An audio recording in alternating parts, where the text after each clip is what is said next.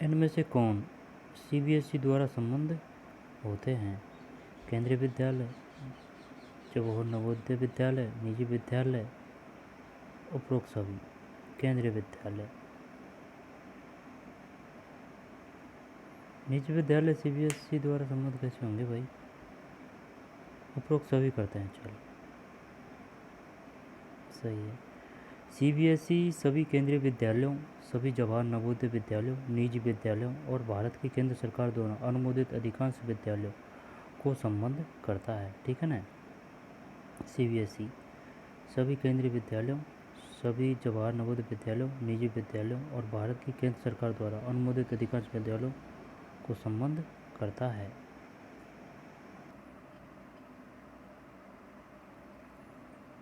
CBSE सभी केंद्रीय विद्यालयों, सभी जवाहर नवोदय विद्यालयों, निजी विद्यालयों और भारत की केंद्र सरकार द्वारा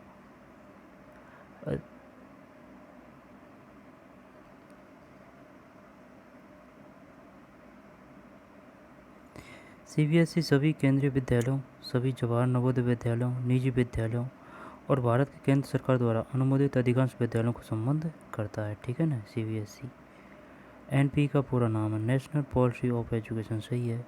ए नेशनल पॉलिसी ऑन एजुकेशन राष्ट्रीय शिक्षा नीति भारत सरकार द्वारा भारत के नागरिकों के बीच शिक्षा को बढ़ावा देने के लिए तैयार की गई नीति है। निम्नलिखित में से केवीएस पीआरटी में आया भाई। निम्नलिखित में से कौन सा तत्व न्यूनतम अधिगम स्तर एमएलएल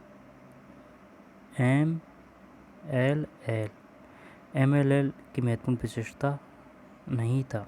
अधिगम निपुणता, लघुपद, व्यक्तिगत विभिन्नताएं, सतत एवं व्यापक मूल्यांकन।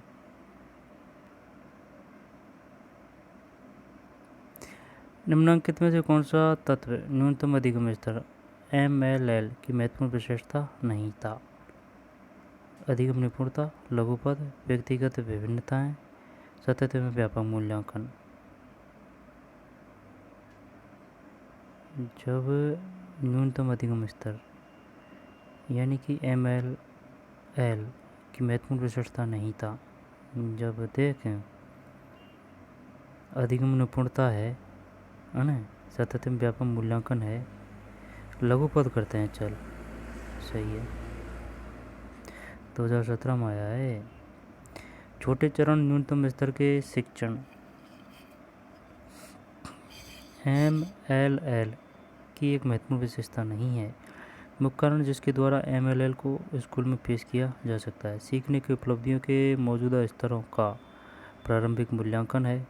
योग्यता आधारित शिक्षण के लिए शिक्षकों का प्रारंभिक और आवर्तक अभिविन्यास है। एमएलएल आधारित शिक्षण के लिए शिक्षक प्रशिक्षण पुस्तिकाओं की तैयारी है। छात्रों के निरंतर और व्यापक मूल्यांकन का परिचय और उपचारात्मक कार्रवाई के लिए मूल्यांकन परिणामों का उपयोग करना है। शिक्षा प्रक्रिया गतिविधि आधारित और आनंदमय बनाने के लिए योग्यता आधारित शिक्षण अधिगम सामग्री का प्रावधान है।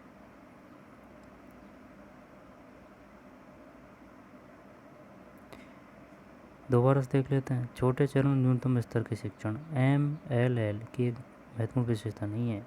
मुख्य कारण जिसके द्वारा एमएलएल को स्कूल में पेश किया जा सकता है एमएलएल सीखने की उपलब्धियों के मौजूदा स्तरों का प्रारंभिक मूल्यांकन है। सही है। योग्यता आधारित शिक्षण के लिए शिक्षकों का प्रारंभिक और आवर्तक अभिविन्यास है। आवर्तक मतलब इसके अगर इंग्लिश टर्म से देखते हैं ना तो ये नॉर्मल लगता, लेकिन हिंदी में भारी भरकम शब्द लग रहा है आवर्तक अभिविन्यास। एमएलएल आधारित शिक्षण के लिए शिक्षक प्रशिक्षण पुस्तिकाओं की तैयारी है। छात्रों के निरंतर और व्यापक मूल्यांकन का परिचय और उपचारात्मक कार्रवाई के लिए मूल्यांकन परिणामों का उपयोग करना है। शैक्षिक प्रक्रिया गतिविधि आधारित और आनंदमय बनाने के लिए योग्यता आधारित शिक्षण सामग्री का प्रावधान है।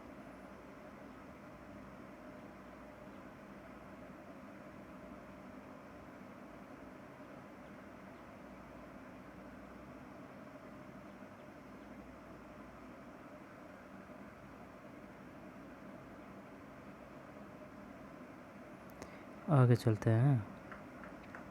निःशुल्क एवं अनिवार्य शिक्षा अधिनियम 2009 के अनुसार विद्यालय विकास योजना का निर्माण किसका दायित्व है? ये है भाई साहब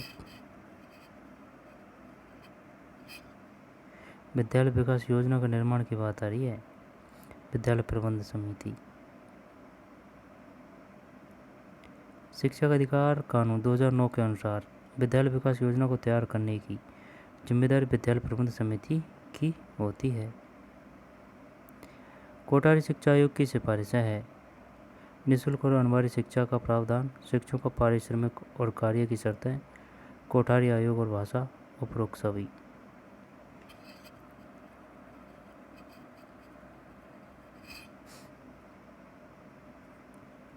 कोटारी शिक्षा आयोग की सिफारिशें हैं। निःशुल्क और अनिवार्य शिक्षा का प्रावधान, शिक्षकों का पारिश्रमिक और कार्य की शर्तें,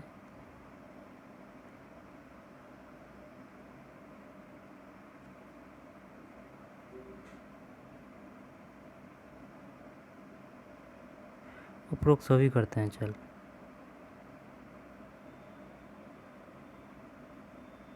निःशुल्क और अनिवार्य शिक्षा का प्रावधान, शिक्षकों का पारिश्रमिक और कार्य की शर्तें, कोठारी आयोग और भाषा, उपरोक्त सभी। कोटारी शिक्षा आयोग की सिफारिशें निम्नलिखित है। निःशुल्क और अनिवार्य शिक्षा का प्रावधान, शिक्षकों का पारिश्रमिक और कार्य की शर्तें, कोठारी आयोग और भाषा।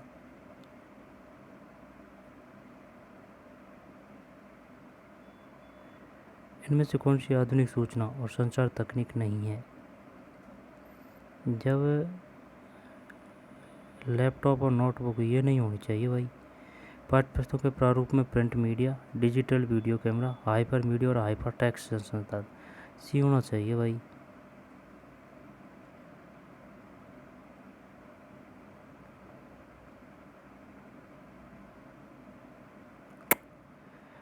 पाठ्यपुस्तकों के प्रारूप में प्रिंट मीडिया,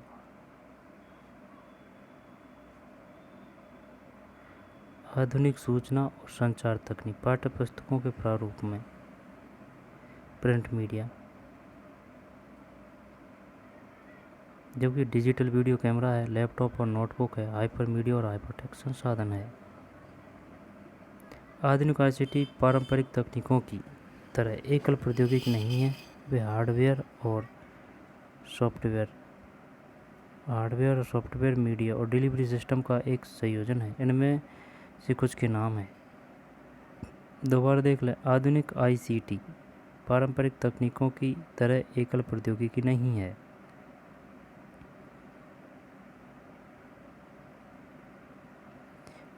वे हार्डवेयर और सॉफ्टवेयर, मीडिया और डिलीवरी सिस्टम का एक संयोजन है। इनमें से कुछ के नाम हैं।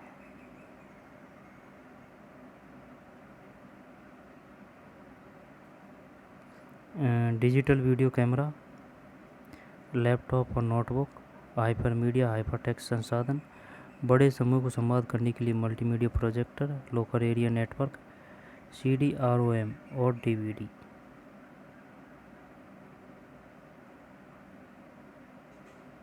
मल्टीमीडिया प्रोजेक्टर, CDROM और DVD।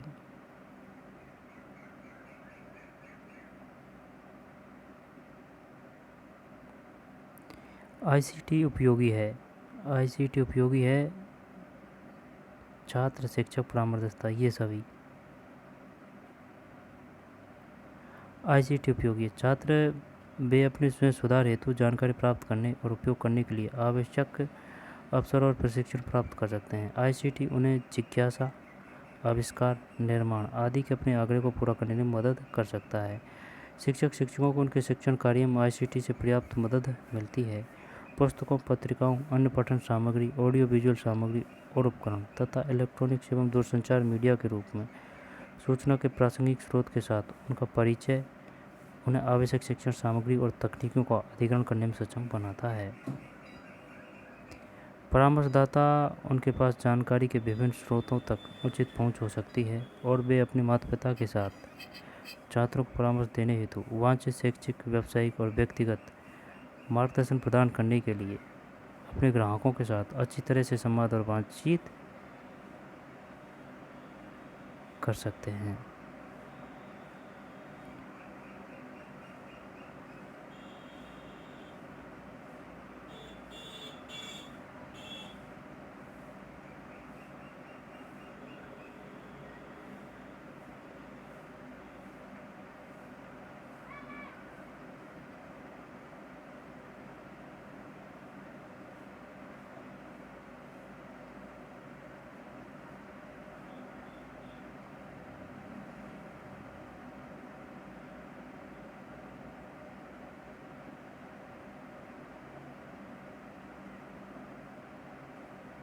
आगे चलते हैं। करेक्ट अटेम्प्ट पे 90% भाई। शैक्षिक प्रौद्योगिकी के लम्सडेन उपागम के अनुसार शैक्षिक प्रौद्योगिकी को हार्डवेयर उपागम, सॉफ्टवेयर उपागम। लम्सडेन उपागम के अनुसार शैक्षिक प्रौद्योगिकी को क्या बोले इसको?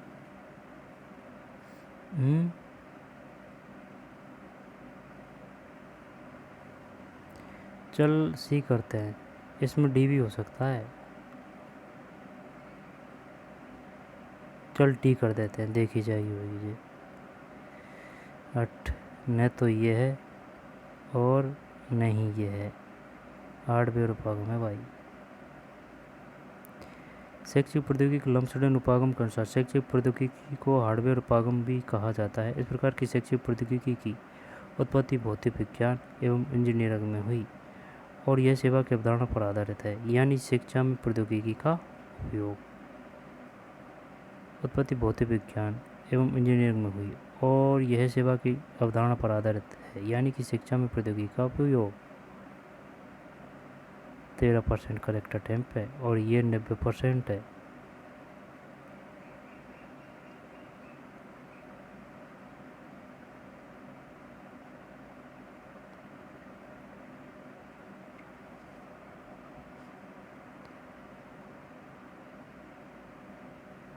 इस प्रकार की शैक्षिक प्रौद्योगिकी की उत्पत्ति भौतिक विज्ञान एवं इंजीनियरिंग में हुई और यह सेवा की अवधारणा पर आधारित है, यानी शिक्षा में प्रौद्योगिकी का उपयोग।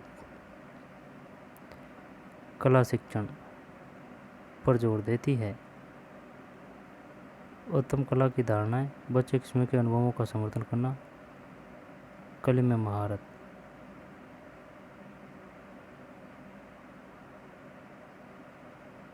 चल डी करते हैं, बच्चे के स्वयं के अनुभवों का समर्थन करना। गलत है यार, 2 क्वेश्चन गलत गए।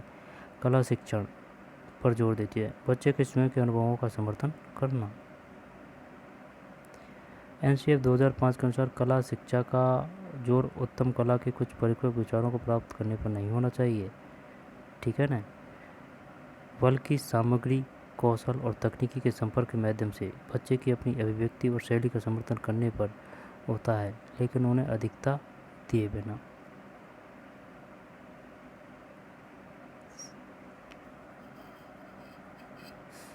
उत्तम कला के कुछ परिपक्व विचारों को प्राप्त करने पर नहीं होना चाहिए, बल्कि सामग्री, है ना, कौशल और तकनीकी के संपर्क के माध्यम से बच्चे की अपनी अभिव्यक्ति और शैली का समर्थन करने पर होता है, लेकिन उन्हें अधिकता दिए बिना।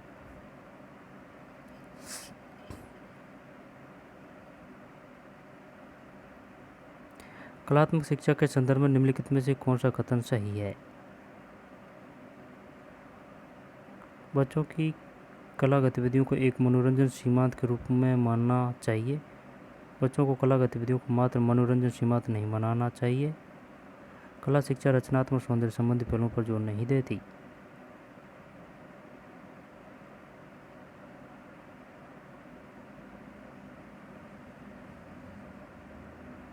ये करते हैं, चल ए, बच्चों को कला गतिविधियों को मात्र मनोरंजन सीमांत नहीं मानना चाहिए। कौन सा कथन सही है? ठीक है भाई, भी है। कला दृश्य और प्रदर्शन पाठ्यक्रम अधिगम का एक महत्वपूर्ण घटक बनने की आवश्यकता है। कला दृश्य प्रदर्शन कला के क्षेत्रों में कौशल एवं क्षमताओं का विकास करती है और उन्हें केवल मनोरंजन सीमांत के रूप में नहीं माना जाता है। निःशुल्क एवं अनिवार्य शिक्षा अधिनियम 2009 के अनुसार 6ठी से 8वीं कक्षा तक के विद्यालय के लिए एक पूर्णकालिक मुख्याध्यापक उपलब्ध कराया, जहां बच्चों को प्रवेश संख्या होगी।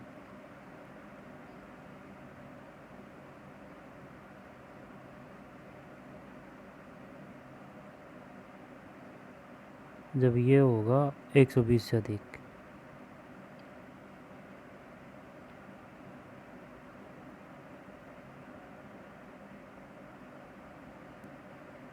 छठी से 8वीं कक्षा तक के विद्यालय के लिए पूर्णकालिक मुख्याध्यापक उपलब्ध कराया, जहां बच्चों की प्रवेश संख्या होगी 100 से अधिक।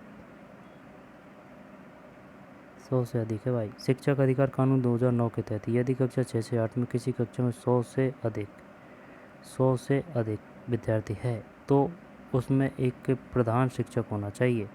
कला, शारीरिक और कार्य शिक्षा के लिए अंशकालिक शिक्षक होने चाहिए।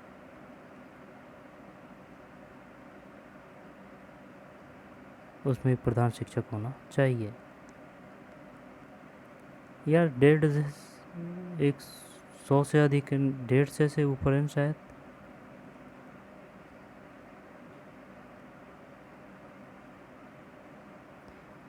सौ से अधिक।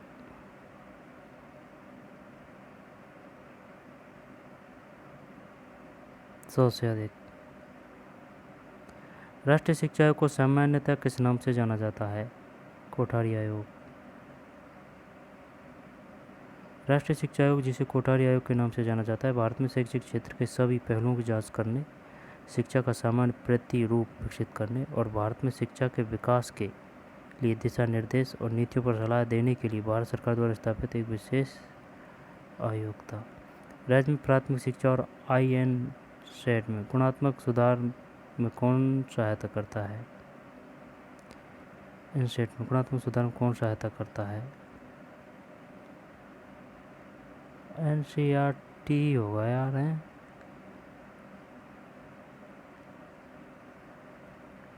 चल ये करते हैं ना, सही है।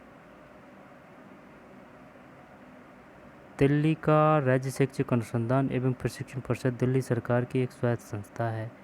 यह पूर्व प्राथमिक शिक्षक शिक्षा और प्राथमिक शिक्षा के क्षेत्र में प्रवेश, पाठ्यक्रम निर्माण, पाठ्यक्रम संचालन, मार्गदर्शन, परीक्षा और पूर्व सेवा प्रशिक्षण कार्यक्रम के प्रमाणीकरण हेतु राष्ट्रीय शिक्षक शिक्षा परिषद द्वारा मान्यता प्राप्त एक नोडल एजेंसी है। यह राज्यों में प्राथमिक शिक्षा और INST में गुणात्मक सुधार में मदद करता है।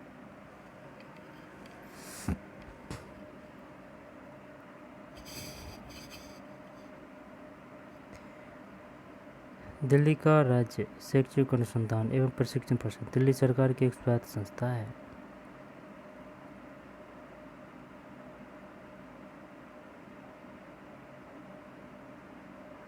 पाठ्यक्रम संचालन, मार्गदर्शन, परीक्षा और पूर्व सेवा प्रशिक्षण कार्यक्रम के प्रमाणीकरण हेतु राष्ट्रीय शिक्षक शिक्षा परिषद द्वारा मान्यता प्राप्त एक नोडल एजेंसी है। यह राज्यों में प्राथमिक शिक्षा और INSET में गुणात्मक सुधार में मदद करता है।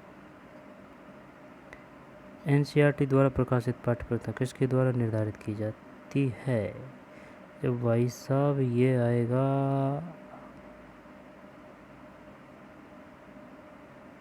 CBSE है, पता नहीं यार ये क्या बोल रहा है। उपरोक्त सभी करते हैं क्या? CBSE सही था। NCERT द्वारा प्रकाशित पाठ्यपुस्तकें केंद्रीय माध्यमिक शिक्षा बोर्ड द्वारा कक्षा 1 से 12 तक कुछ विषयों के अपवादों के साथ निर्धारित की जाती है। 14 राज्यों के लगभग 19 स्कूल बोर्डों ने पुस्तकों को अंगीकृत किया है। 14 राज्यों के लगभग 19 स्कूल बोर्डों ने पुस्तकों को अंगीकृत किया है। 14 राज्यों के 19 स्कूल बोर्डों ने।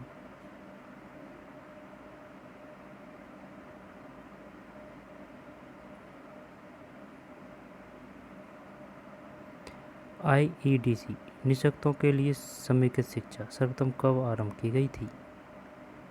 जब 1970 के दशक में या 60 के दशक में। बढ़िया क्वेश्चन है भाई,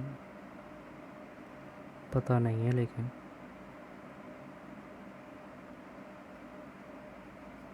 चल B करते हैं, चल A ही कर देते हैं। बी सही था यार। 1970 के दशक में। विकलांगों के लिए एकीकृत शिक्षा आईईडीसी की सर्वप्रथम शुरुआत 1970 के दशक में हुई थी। आईईडीसी विकलांगों के लिए एकीकृत शिक्षा की केंद्रीय प्रायोजित योजना को 1974 में सामाजिक कल्याण विभाग द्वारा शुरू किया गया था, जिसे बाद में सन 1982-83 में शिक्षा विभाग को हस्तांतरित कर दिया गया। इस योजना का अंतिम संशोधन 1992 में किया गया था।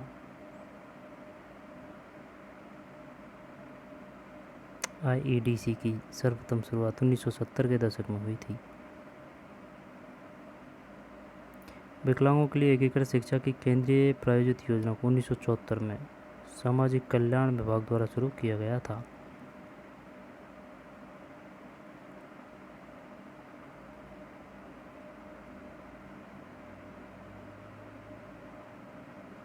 उन्नीस सौ 82-83 में शिक्षा विभाग को हस्तांतरित कर दिया गया। इस योजना का अंतिम संशोधन 1992 में किया गया था।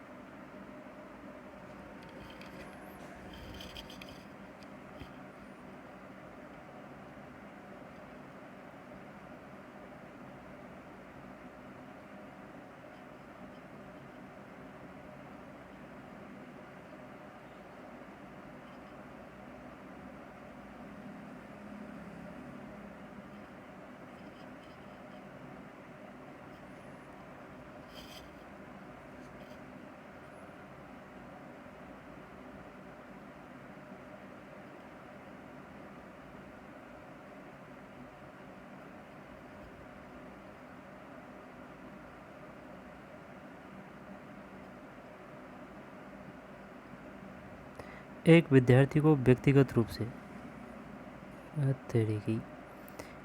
क्लिक ही हो गया। एक विद्यार्थी को व्यक्तिगत रूप से समझने का मूल कारण क्या है, ताकि उसे समांगी रूप से समझा जा सके और शैक्षिक प्रशासन सुगम बन सके। एक विद्यार्थी को व्यक्तिगत रूप से समझने का मूल कारण क्या है, ताकि उसे समांगी रूप से समझा जा सके और शैक्षिक प्रशासन सुगम बन सके।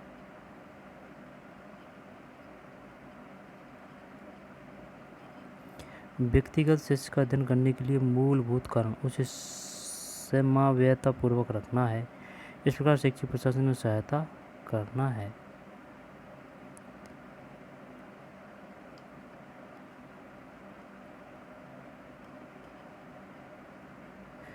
देख तू क्वेश्चन देख, है ना। एक विद्यार्थी को व्यक्तिगत रूप से समझने का मूल कारण क्या है। एक तो यह है शैक्षिक सिद्धांत और अभ्यास की दृष्टि से स्वयं को अघटित किया जा सके। अघटित तो चलिए तो हटा दिया, ये नेगेटिव है। ताकि उसे समांगी रूप से समझा जा सके और शैक्षिक प्रशासन सुगम बन सके, ये भी बात सही है। ताकि उसकी क्षमताओं को समझने और विकसित करने सहायता मिल सके, उसकी दुर्बलताओं की पहचान। इसमें यार ये सी होना चाहिए यार, ताकि ये मालूम हो सके कि उसने कितना और क्या सीखा है, अतः वहीं से अनुदेशन आरंभ किया जा सके।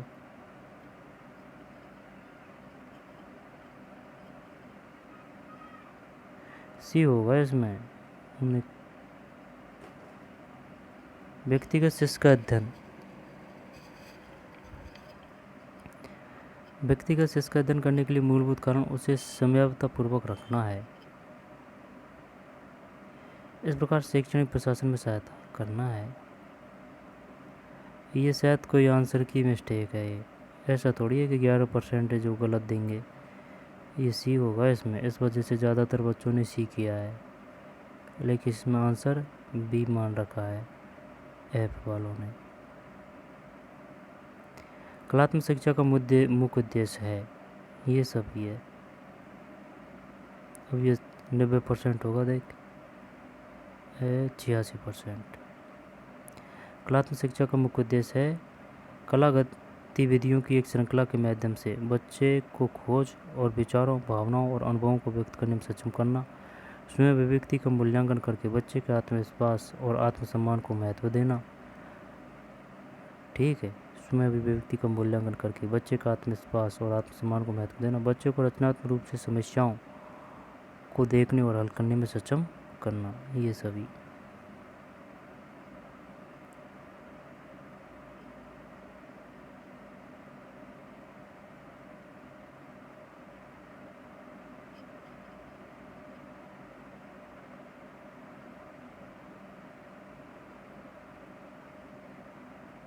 कलात्मक शिक्षा का मुख्य उद्देश्य बच्चे को कला गतिविधियों की एक श्रृंखला के माध्यम से विचारों, भावनाओं, अनुभवों का पता लगाने और व्यक्त करने में सक्षम बनाना है। स्वयं अभिव्यक्ति के मूल्यांकन के माध्यम से बच्चे के आत्मविश्वास और आत्मसम्मान को महत्व देना और बच्चे को रचनात्मक रूप से समस्याओं को देखने और हल करने में सक्षम बनाना है।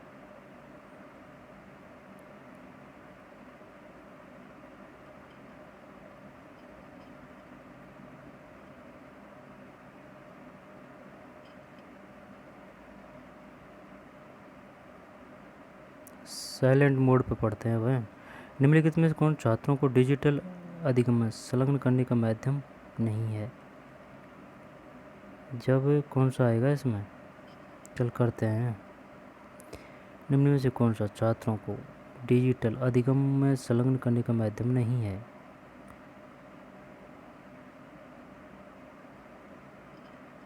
कोई शैक्षिक फिल्म देखना ये है। प्रेजेंटेशन बनाने के लिए कंप्यूटर सॉफ्टवेयर का उपयोग करना, और इसको पेंडिंग में रखते हैं। एक एक करके पाठ्य पुस्तक से पाठ को जोर जोर से पढ़ना, एक एक करके पाठ्य पुस्तक से। भाई डिजिटल की बात आ रही है, जब ये नहीं होना चाहिए। टैबलेट आधारित स्पेलिंग गेम खेलना, ये सही है, ये सही है, ये सी होना चाहिए यार, सही है। एक एक करके पाठ्य पुस्तक से पाठ को जोर जोर से पढ़ना छात्रों को डिजिटल अधिगम में संलग्न नहीं करता। प्रेजेंटेशन बनाने के लिए कंप्यूटर सॉफ्टवेयर का उपयोग करना, शैक्षिक फिल्म देखना और टैबलेट आधारित पत्नी खेल खेलना छात्रों को डिजिटल अधिगम में संलग्न करने की सबसे अधिक संभावना है। शिक्षण एक वैज्ञानिक प्रक्रिया है, इसके प्रमुख घटक है सभी है विषय वस्तु संचार प्रतिपुष्टि, ये सभी। शिक्षण एक वैज्ञानिक प्रक्रिया है जो इसके प्रमुख घटक विषय वस्तु संचार और प्रतिपुष्टि है। शिक्षण प्रौद्योगिकी को परिष्कृत तकनीकों के साथ या उनके बिना प्रतिपुष्टि साधनों के माध्यम से विकसित और सुदृढ़ किया जा सकता है। 93%। एनसीएफ 2005 के अनुसार कला शब्द में शामिल है सभी है, संगीत भी है, दृश्य कला और थिएटर भी है, नृत्य भी है, ये सब।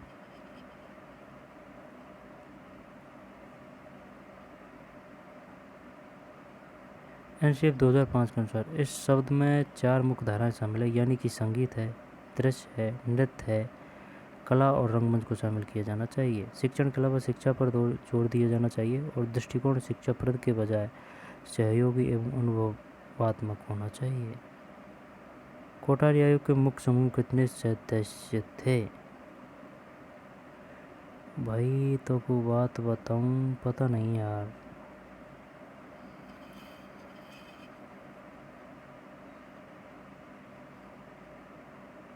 17 है।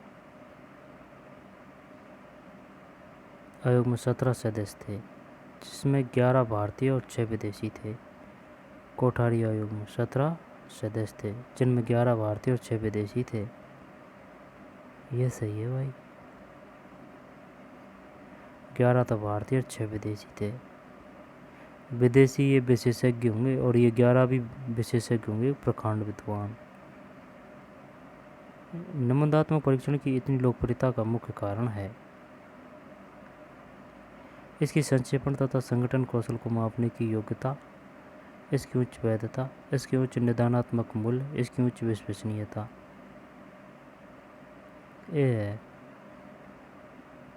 ये तो कर दिया यार अपन ने। निबंधात्मक परीक्षण की इतनी लोकप्रियता का मुख्य कारण है इसकी संक्षेपण तथा संगठन कौशल को मापने की योग्यता।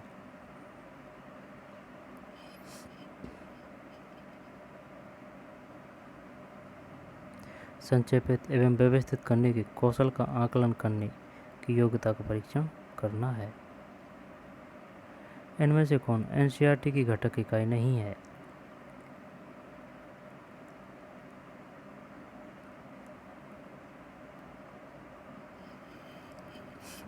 ए डी कर देते हैं चल। नहीं नहीं, डी तो होगा यार।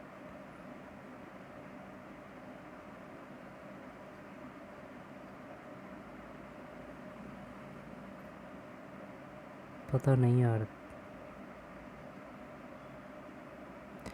डी है। एनसीईआरटी की घटक इकाई NIE।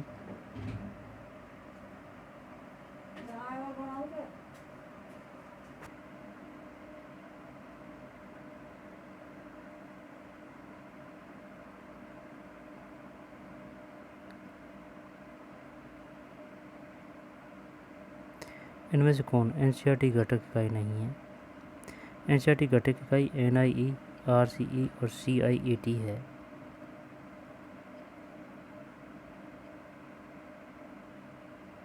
CIET। निम्नलिखित कथनों पर विचार करें। माध्यमिक शिक्षा के लिए कोठारी आयोग ने माध्यमिक स्तर पर तकनीकी और व्यावसायिक शिक्षा हेतु सुविधाओं को बढ़ाने की सिफारिश की। सही है। कोठारी आयोग ने ग्रामीण और पिछड़े क्षेत्रों में शैक्षिक सुविधाओं के प्रावधान की सिफारिश की। उपरोक्त कथन चल दोनों ही कर देते हैं। सही है। माध्यमिक शिक्षा के लिए कोठारी आयोग ने माध्यमिक स्तर पर तकनीकी और व्यावसायिक शिक्षा हेतु सुविधाओं को बढ़ाने की सिफारिश की। इसने व्यावसायिक शिक्षा के माध्यम से रोजगार के अवसरों को बढ़ावा देने के लिए सुविधाएं सुनिश्चित करने की सिफारिश की। कोठारी आयोग ने ग्रामीण और पिछड़े क्षेत्रों में शैक्षिक सुविधाओं के प्रावधान की सिफारिश की। आयोग ने भारत में सार्वजनिक स्कूल प्रणाली को अपनाने की सिफारिश की।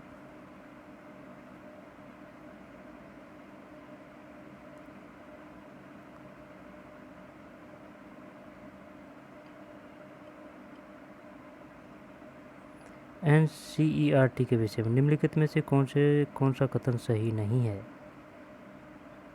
एनसीईआरटी इसका मुख्य सरोकार विद्यालय शिक्षा की गुणवत्ता में सुधार लाना सही है ना। यह एक सांविधिक संस्था है जिसकी स्थापना संसद के अधिनियम द्वारा की गई। यह सोसाइटी पंजीकरण अधिनियम के अंतर्गत, ये तो सही है। यह भारत सरकार की स्वायत्त संस्था है, ये नहीं है।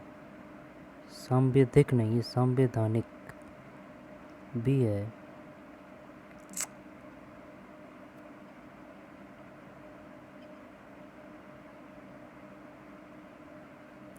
यह सोसाइटी पंजीकरण अधिनियम के अंतर्गत पंजीकृत संस्था है।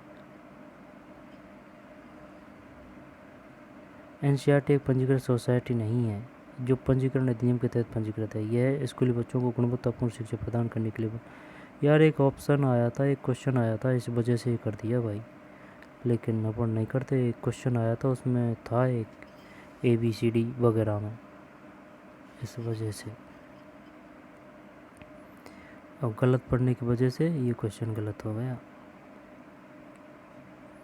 ये सही है और ये भी सही है और ये भी सही है। पंजीकरण नहीं है भाई कुछ भी। निम्न में से कौन सा उपकरण एक रचनात्मक डिजिटल शिक्षण उपकरण है? ये बोल रहा है रचनात्मक डिजिटल शिक्षण उपकरण है।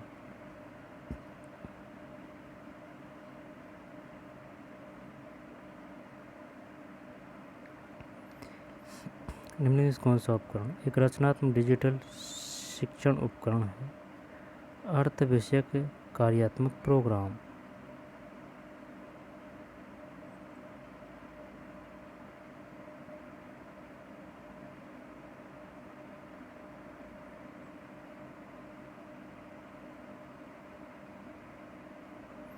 निम्न कौन सा उपकरण एक रचनात्मक डिजिटल शिक्षण उपकरण है? ये बोल रहा है रचनात्मक भी और डिजिटल शिक्षण उपकरण। वीडियो नहीं है। CD और DVD ये तो है, ये है, लेकिन ये पूछ लग रहा है रचनात्मक।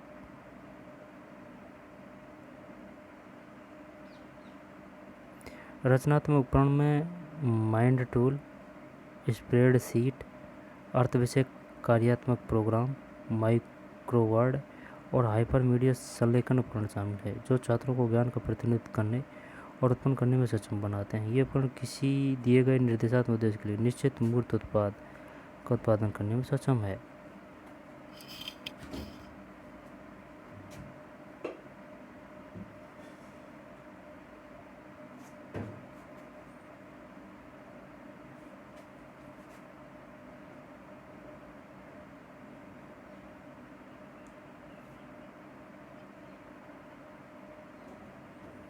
आगे चलते हैं।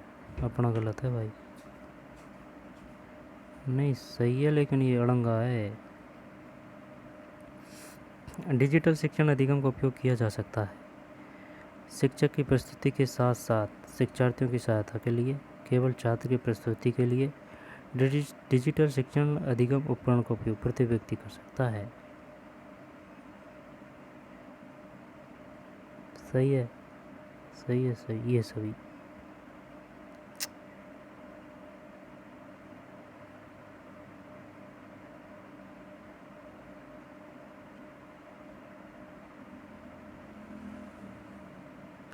अगर ध्यान से पढ़ते ना तो ये ऑप्शन हट जाता, ये ऑप्शन हट जाता तो ये डी भी हट जाता, तो फिर ए और सी रहता।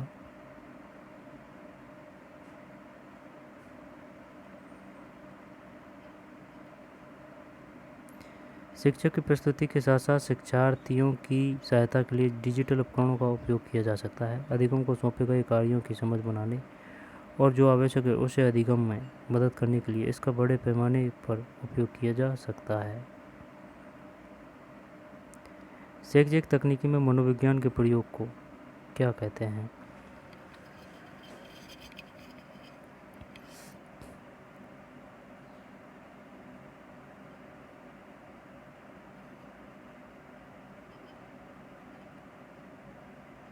ये पहले भी आ चुका है क्वेश्चन। शैक्षिक तकनीकी में मनोविज्ञान के प्रयोग को क्या कहते हैं?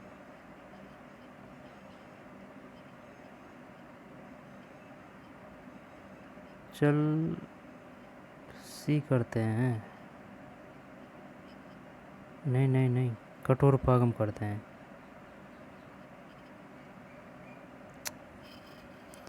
शिक्षा शास्त्री उपागम।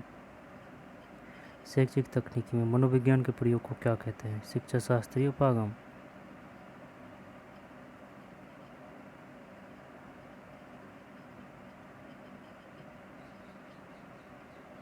शैक्षिक प्रौद्योगिकी में मनोविज्ञान का उपयोग शैक्षणिक दृष्टिकोण के रूप में जाना जाता है, अन्य सभी विकल्प मनोविज्ञान से संबंधित नहीं है।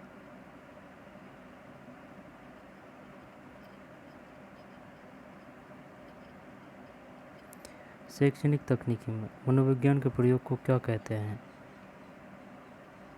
शिक्षा शास्त्रीय उपागम।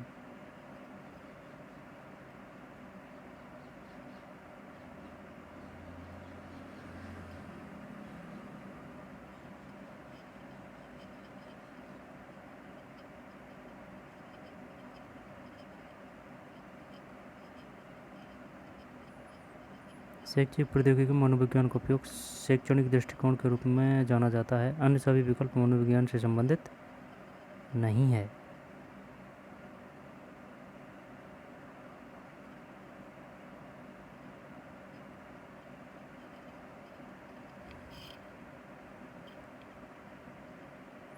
अपना गलत गया यार ये है भाई। कठोर उपागम, नरम उपागम, ये तो उसको बोलते हैं टेक्नोलॉजी को, ठीक है ना, हार्डवेयर वगैरह कंप्यूटर का शिक्षण प्रयोग उसको बोलते हैं। प्रणाली विश्लेषण, नरम व कठोर इन दोनों को ही प्रणाली विश्लेषण बोलते हैं, कुछ ऐसे है ये, ठीक है ना, ये उसका ही हिस्सा है।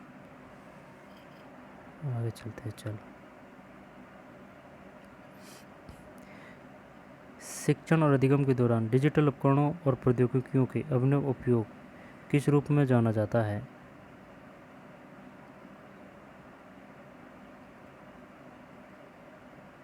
प्रौद्योगिकी संवर्धित अध्ययन, डिजिटल शिक्षण, व्यापक शिक्षण।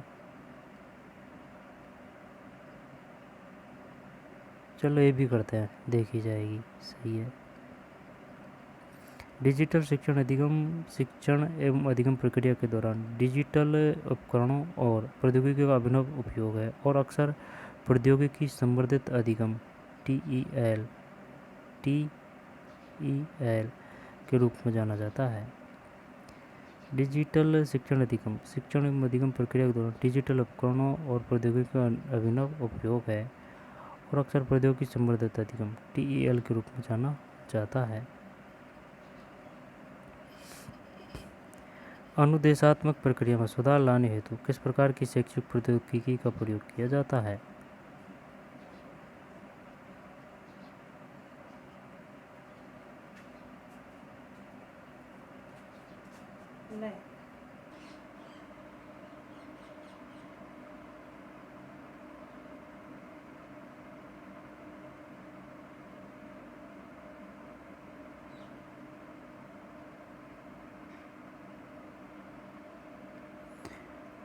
अनुदेशात्मक प्रक्रिया में सुधार लाने हेतु किस प्रकार के शैक्षिक प्रौद्योगिकी का प्रयोग किया जाता है? जब शिक्षण प्रौद्योगिकी, निर्देशात्मक डिजाइन प्रौद्योगिकी, अनुदेशात्मक प्रौद्योगिकी और व्यवहारिक प्रौद्योगिकी। जब भाई साहब इसमें आएगा क्या? अनुदेशनात्मक प्रक्रिया में अनुदेशात्मक जब निर्देशात्मक डिजाइन प्रौद्योगिकी चलिए यही करते हैं, सीधा मिल रहा है अनुदेश सही है। निर्देशात्मक प्रौद्योगिकी का अर्थ है शिक्षण अधिगम परिस्थिति में निर्धारित अनुदेशात्मक उद्देश्यों की प्राप्ति हेतु प्रशिक्षण और शिक्षार्थी को वांछित शिक्षण कार्य में मदद करना। सरल शब्दों में यह एक प्रकार की तकनीक है जिसका उद्देश्य निर्देशात्मक प्रक्रिया में सुधार लाना है। यहाँ निर्देश शब्द का अर्थ है एक निश्चित प्रकार का आदेश जो किसी वस्तु, प्रणाली या प्रक्रिया के बारे में कुछ विशिष्ट जानकारी, ज्ञान और समझ देता है।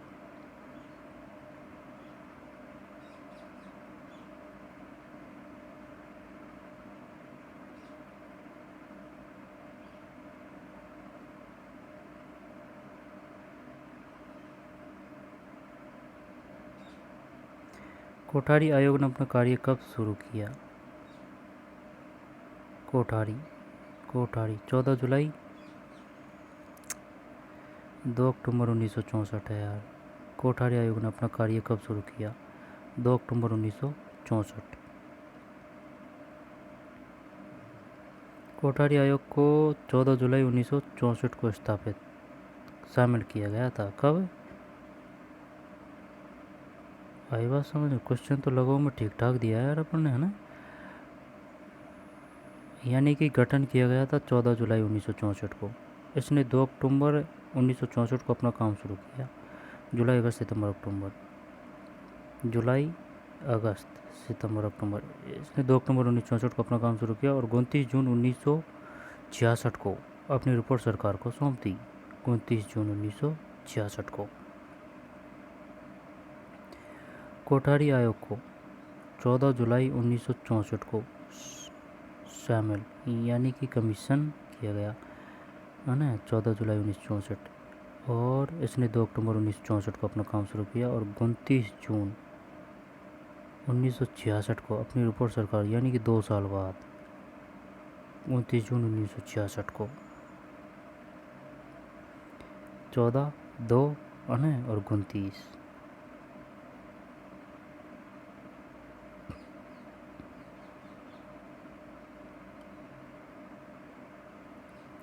बिना बोझ अधिगम कब शुरू किया गया था? बिना बोझ अधिगम कब शुरू किया गया था?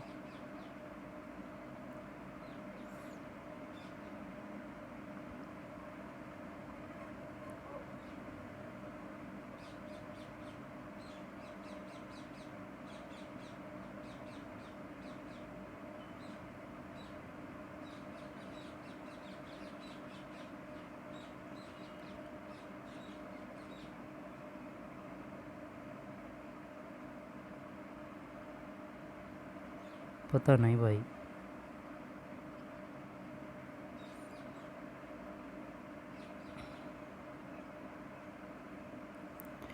15 जुलाई 1993 में। बिना बोझ अधिगम कब शुरू किया गया था? 15 जुलाई 1993 में। बिना बोझ अधिगम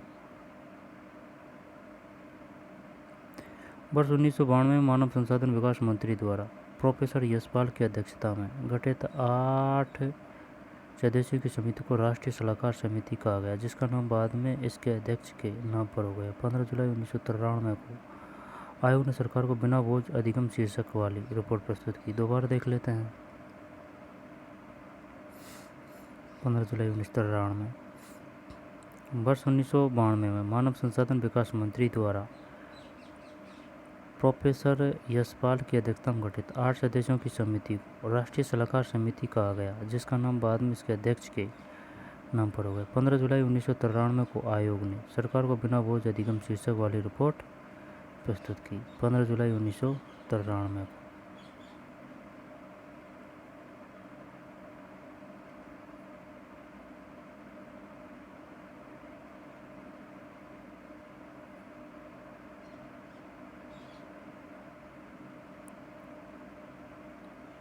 15 जुलाई 1993 में प्राथमिक स्तर पर श्री अरविंद द्वारा सुझाए गए पाठ्यक्रम में निम्नलिखित में से क्या नहीं था? प्राथमिक स्तर पर श्री अरविंद द्वारा सुझाए गए पाठ्यक्रम में, ये कोठारी आयोगों से क्वेश्चन आया हुआ है। प्राथमिक स्तर पर श्री अरविंद द्वारा 2-4 क्वेश्चन आ गए।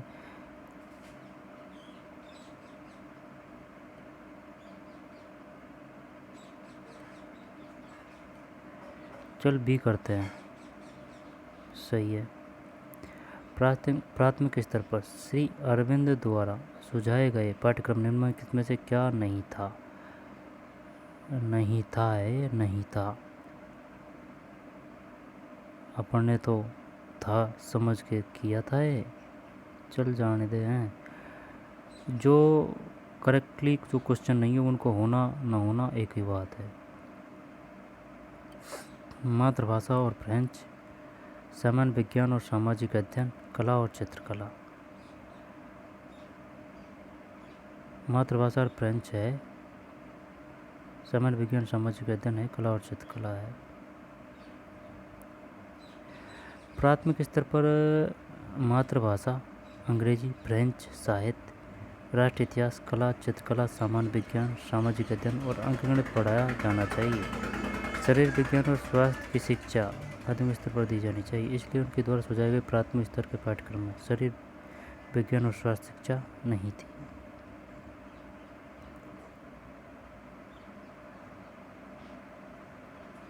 शरीर विज्ञान और स्वास्थ्य शिक्षा। प्राथमिक स्तर पर मातृभाषा, अंग्रेजी, फ्रेंच, साहित्य, राष्ट्रीय इतिहास। मातृभाषा अंग्रेजी, मातृभाषा की बात तो भाई काफ़ी दिनों से हो रही है यार।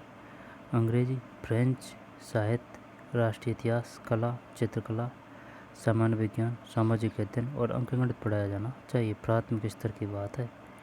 शरीर विज्ञान और स्वास्थ्य की शिक्षा माध्यमिक स्तर पर दी जानी चाहिए, माध्यमिक, सही है। इसलिए उनके द्वारा सुझाए गए प्राथमिक स्तर के पाठ्यक्रम में शरीर विज्ञान और स्वास्थ्य शिक्षा नहीं थी।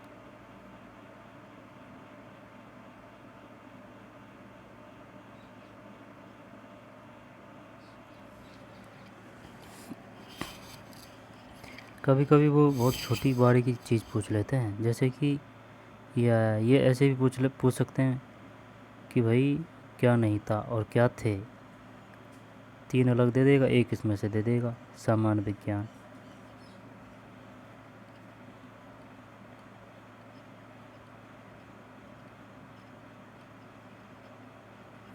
दूरस्थ शिक्षकों के प्रशिक्षण हेतु मल्टीमीडिया अधिगम पैकेज किन के द्वारा विकसित किए गए थे? दूरस्थ शिक्षकों के प्रशिक्षण हेतु मल्टीमीडिया अधिगम पैकेज किन के द्वारा विकसित किए गए थे?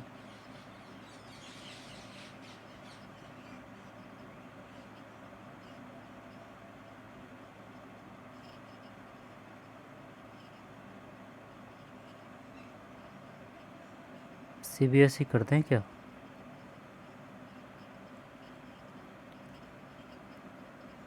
NCERT।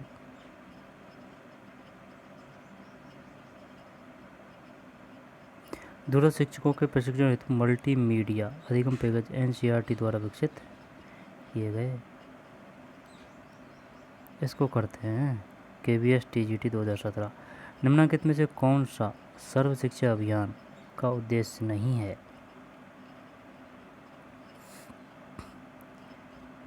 सभी बच्चे विद्यालय में हो हैं, अधिकांश बच्चे व्यावसायिक शिक्षा प्राप्त कर सकें, सभी लिंग व सामाजिक वर्ग विभेद मिट सकें, सभी बच्चे 8 वर्ष की शिक्षा प्राप्त कर सकें। जब देख ये सही बात है, नहीं ये भी सही है।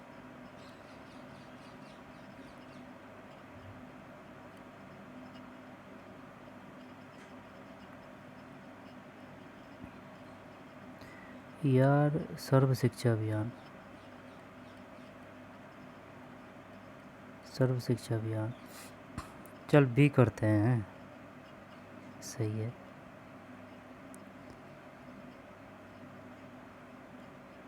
उद्देश्य नहीं है, ये नहीं है। सभी बच्चे विद्यालय में हो, सही है। सभी लिंग व सामाजिक वर्ग विभेद मिट सकें, सभी बच्चे 8 वर्ष की शिक्षा प्राप्त करें, अधिकांश बच्चे व्यावसायिक पेशेवर शिक्षा प्राप्त करते हैं। यह सर्व शिक्षा अभियान का मुख्य उद्देश्य नहीं है, अन्य सभी विकल्प उनका उद्देश्य है।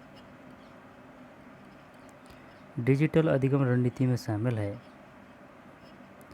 ई पाठ्य पुस्तकें, ऑनलाइन अधिगम, कक्षा प्रौद्योगिकी, ये सभी।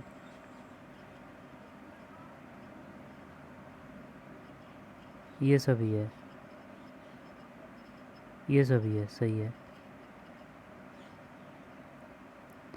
डिजिटल अधिगम रणनीति में अनुकूलन अधिगम है ना, मिश्रित अधिगम, कक्षा प्रौद्योगिकी, ई पाठ्य पुस्तक, अधिगम की वस्तु, मोबाइल अधिगम, लैपटॉप, कंप्यूटर अधिगम, ऑनलाइन अधिगम और व्यक्तिगत अधिगम का संयोजन शामिल है। आईसीटी का पूर्ण रूप है इंफॉर्मेशन एंड कंप्यूटर टेक्नोलॉजी, यही है ए, इंफॉर्मेशन एंड कम्युनिकेशन टेक्नोलॉजी है, information and communication technology.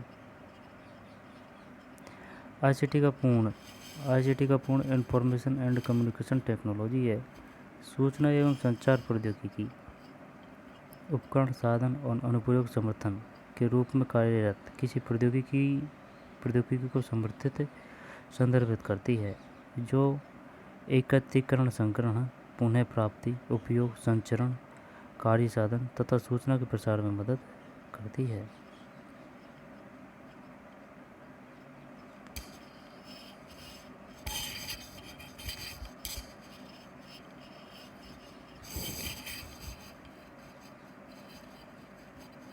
ICT का पूर्ण इंफॉर्मेशन एंड कम्युनिकेशन टेक्नोलॉजी है सूचना एवं संचार प्रौद्योगिकी, उपकरण, साधन और अनुप्रयोग समर्थन के रूप में कार्यरत किसी प्रौद्योगिकी को संदर्भित करती है जो एकत्रीकरण, संग्रहण, पुनर्प्राप्ति, उपयोग, संचरण, कार्य साधन तथा सूचना के प्रसार में मदद करती है।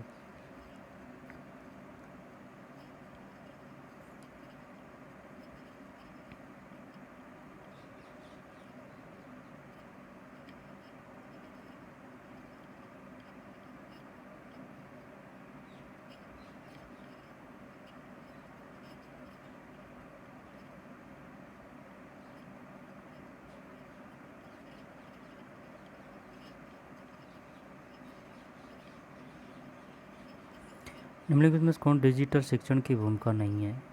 दोबारा देख ले ना।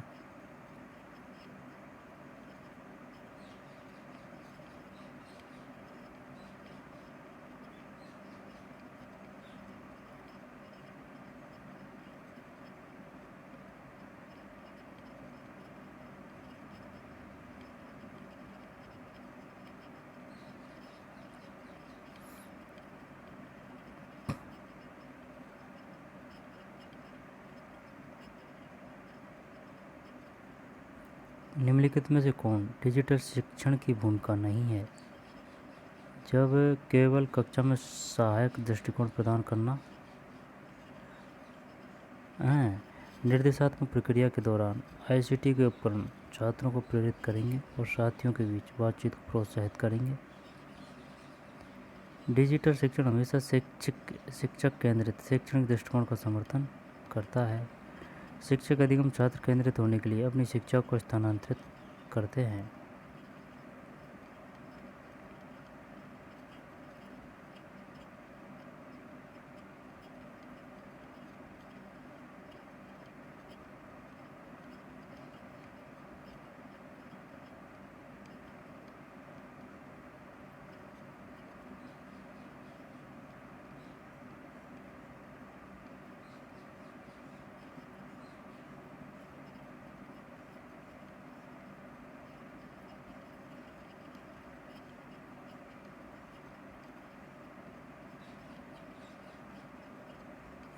पता नहीं भाई इसमें क्या है।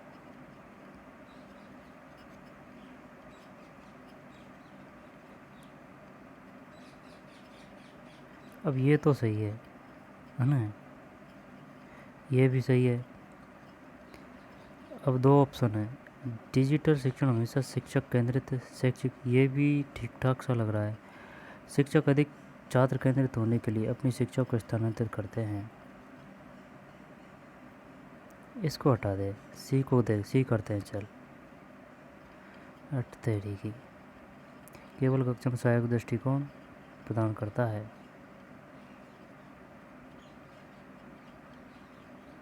बातचीत को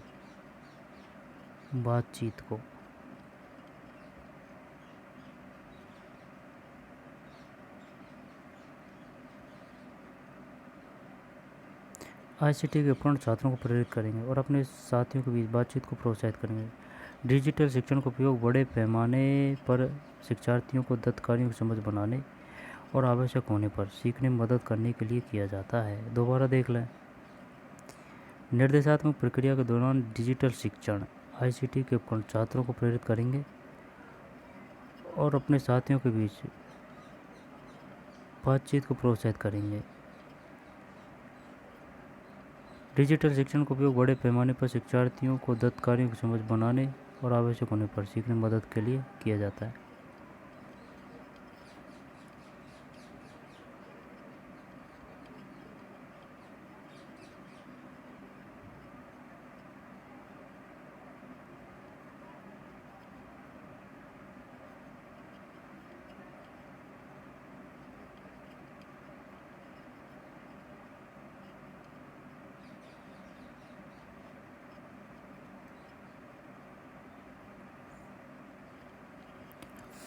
सूचना और संचार प्रौद्योगिकी आईसीटी का भारतीय ग्रामीण विद्यालयों में अधिक उपयोग नहीं हो सका है क्योंकि आईसीटी का भारतीय ग्रामीण विद्यालयों में अधिक उपयोग नहीं हो सका है क्योंकि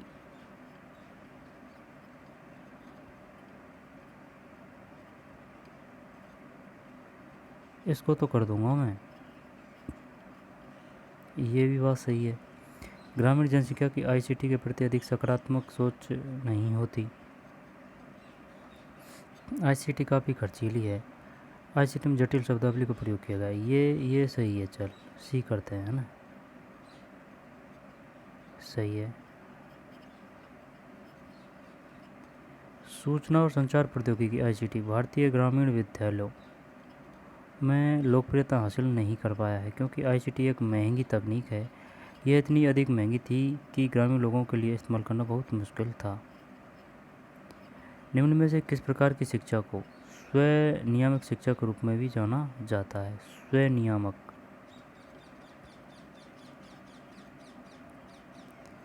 व्यक्तिगत शिक्षण, समूह अधिगम और शिक्षण, सहयोगात्मक शिक्षण। स्वनियामक शिक्षा के रूप में भी जाना जाता है।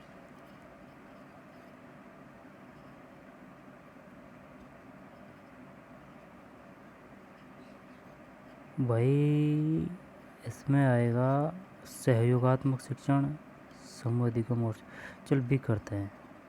व्यक्तिगत शिक्षण है यार, व्यक्तिगत शिक्षण है। निम्न में किस प्रकार की शिक्षा को स्वनियामक शिक्षा के रूप में भी जाना जाता है? व्यक्तिगत शिक्षण।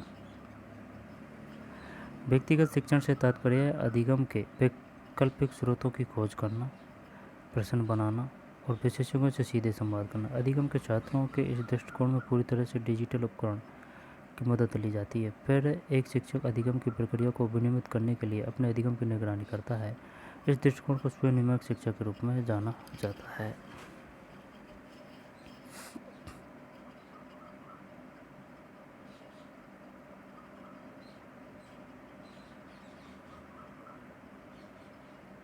स्वनियामक व्यक्तिगत शिक्षण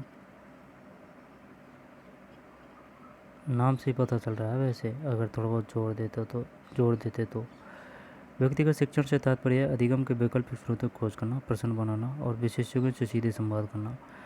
अधिगम के छात्रों के इस दृष्टिकोण में पूरी तरह से डिजिटल उपकरण की मदद ली जाती है। और फिर एक शिक्षक अधिगम की प्रक्रिया को विनियमित करने के लिए अपने अधिगम की निगरानी करता है। इस दृष्टिकोण को स्वयं नियामक शिक्षा के रूप में भी जाना जाता है। JRF NET परीक्षा आयोजित करना और अनुसंधान, विद्यार्थियों को फेलोशिप प्रदान करना किसका कार्य है? UGC है। UGC का विस्तृत रूप यूनिवर्सिटी ग्रांट कमीशन, विश्वविद्यालय अनुदान आयोग है। यह UGC अधिनियम 1956 के अनुसार भारत की केंद्र सरकार द्वारा स्थापित एक वैधानिक संस्था है। इसका कार्य JRF नेट परीक्षा आयोजित करना और अनुसंधान विद्यार्थियों को फेलोशिप प्रदान करना है। यह UGC अधिनियम 1956 के अनुसार भारत की केंद्र सरकार द्वारा स्थापित एक वैधानिक संस्था है। 1956 के अनुसार।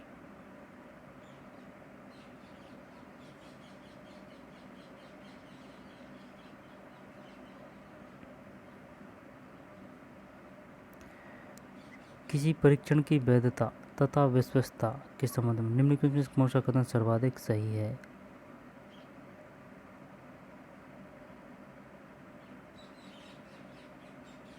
ये जो ओल्ड क्वेश्चन है ना, ये सही सटीक और सही होते हैं। इनमें अशुद्धि नाम मात्र होती है।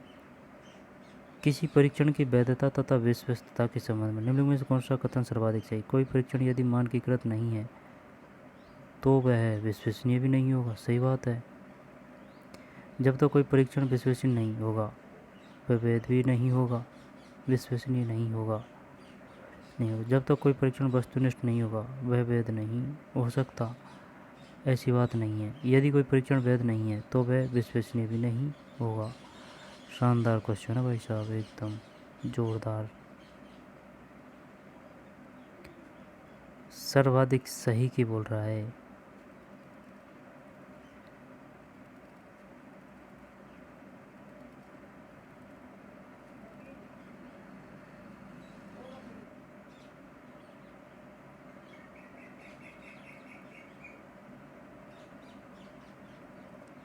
अब इसमें D करें, यहाँ पर A करें।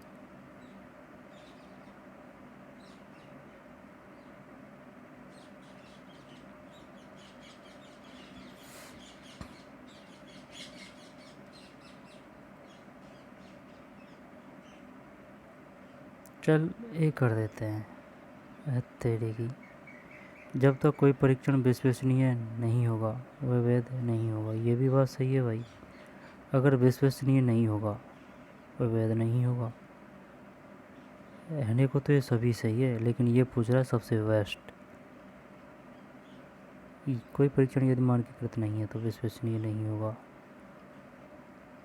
जब तक कोई परीक्षण वस्तुनिष्ठ नहीं होगा वह वैध नहीं होगा।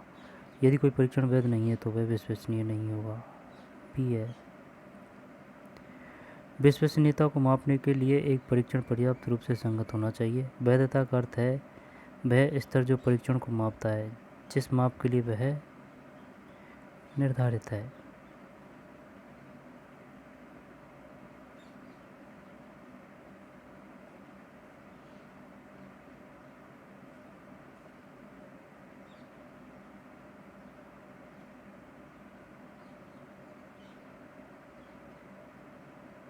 चौदह जुलाई है ये तो, 14 जुलाई 1964। विश्वविद्यालय अनुदान आयोग के तत्कालीन अध्यक्ष दौलत सिंह कोठारी के अध्यक्ष 14 जुलाई 1964 को, और 66 में इसने अपनी रिपोर्ट प्रस्तुत की थी। 14 जुलाई 1964। अब 2 अक्टूबर 1964 से काम चालू किया था। 71% करेक्ट है।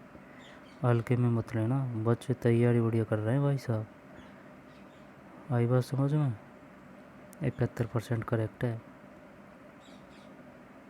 क्योंकि भाई और जो वो होते हैं ना टेस्ट, वो आते हैं 10-10 15-15, उनमें तो री अटेम्प्ट का ऑप्शन होता है, उससे आप अपनी रैंक को बढ़ा सकते हैं। लेकिन जो ये क्वेश्चन है ये प्रैक्टिस के, इसमें ये क्वेश्चन फिर नहीं मिलते हैं ढूंढने से भी। ठीक है, इसको री अटेम्प्ट नहीं कर सकते हैं आप। तो जो ये करेक्ट अटेम्प्ट आते हैं ये सही बताता है इसमें।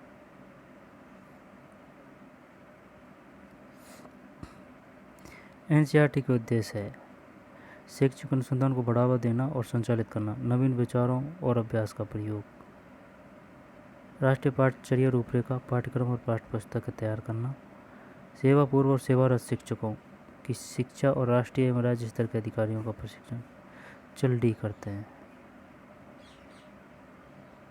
शैक्षणिक अनुसंधान को बढ़ावा देना और संचालित करना, नवीन विचारों और अभ्यास का प्रयोग। राष्ट्रीय पाठ्यचर्या रूपरेखा, पाठ्यक्रम और पाठ्यपुस्तक तैयार करना। रूपरेखा, पाठ्यक्रम और पाठ्यपुस्तक तैयार करना। सेवा पूर्व सेवारत शिक्षकों की शिक्षा और राष्ट्रीय एवं राज्य स्तर के अधिकारियों का प्रशिक्षण।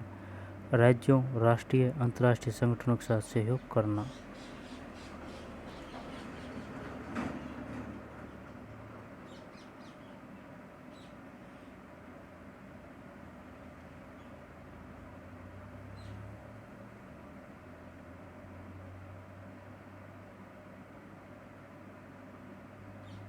एनसीईआरटी ने किस बार MLL न्यूनतम अधिगम स्तर प्रस्तावित किया? ये तो बनाया हुआ क्वेश्चन है। 66, 78। 1978 में प्राथमिक शिक्षा पाठ्यक्रम नवीनीकरण और सामुदायिक शिक्षा और सहभागिता विकास अधिगम पर यूनिसेफ की सहायता प्राप्त परियोजनाओं के संबंध में MLL प्रस्तावित किया। एनसीईआरटी ने वर्ष 1978 में।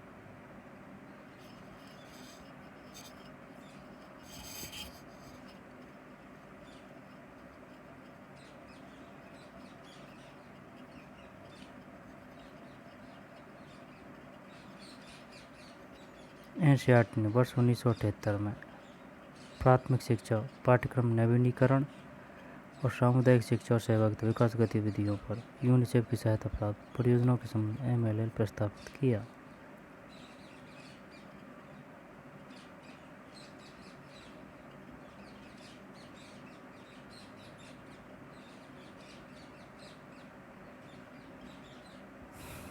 छिहत्तर है, नहीं 78 है। निम्नलिखित में से कौन सा शिक्षण का त्रिआयामी दृष्टिकोण है? त्रिआयामी कंप्यूटर ग्राफिक्स। नहीं, कंप्यूटर ग्राफिक्स। चलिए यही है, ए या डी? डी। ए यार, नक्काशी और मूर्तिकला। नक्काशी और मूर्तिकला। शिक्षण के त्रिआयामी दृष्टिकोणों में क्ले मॉडलिंग, मिट्टी के बर्तन। त्रिआयामी ने कंफ्यूज कर दिया, बात यह है, इस वजह से ग्राफिक्स किया था। क्ले मॉडलिंग, मिट्टी के बर्तन, नक्काशी में मूर्तिकला और निर्माण शामिल है। एनसीईएफ 2005 के अनुसार कला शिक्षा का बल उत्तम कला के कुछ परिपक्व विचारों को प्राप्त करने पर नहीं होना चाहिए, बल्कि बच्चे की अपनी अभिव्यक्ति का समर्थन करने पर होना चाहिए। निम्नलिखित में से कौन सा शिक्षण का त्रिआयामी दृष्टिकोण है?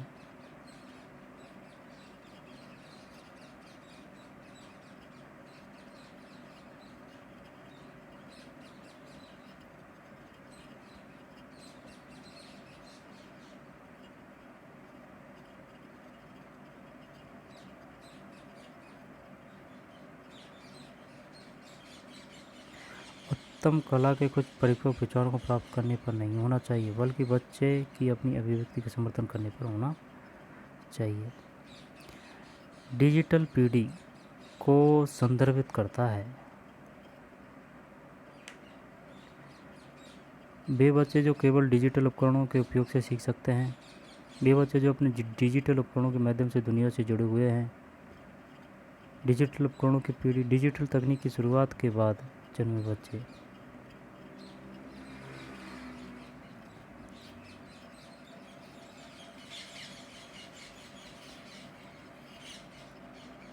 चल भी करते हैं।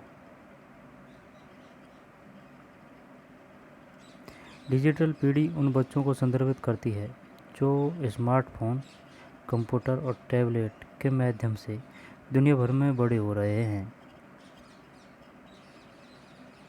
टैबलेट के माध्यम से दुनिया भर में बड़े हो रहे हैं। डिजिटल पीढ़ी के सदस्य रचनात्मक और आकर्षक गतिविधियों पर जोर देते हैं।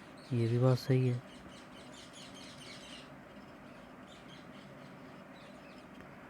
विशिष्ट कक्षा शिक्षण अर्थात सूक्ष्म स्तर के संदर्भ में शैक्षिक प्रौद्योगिकी के उद्देश्य हैं। ये सभी है।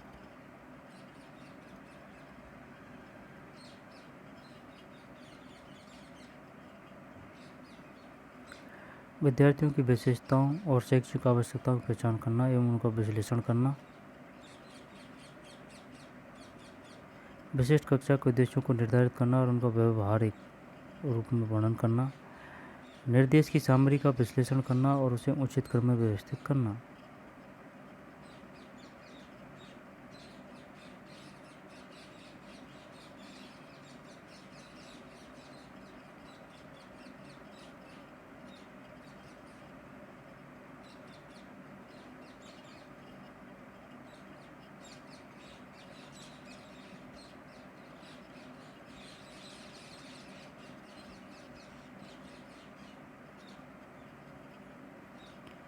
विशिष्ट कक्षा शिक्षण अर्थात सूक्ष्म स्तर के संदर्भ में शैक्षिक प्रौद्योगिकी के उद्देश्य हैं।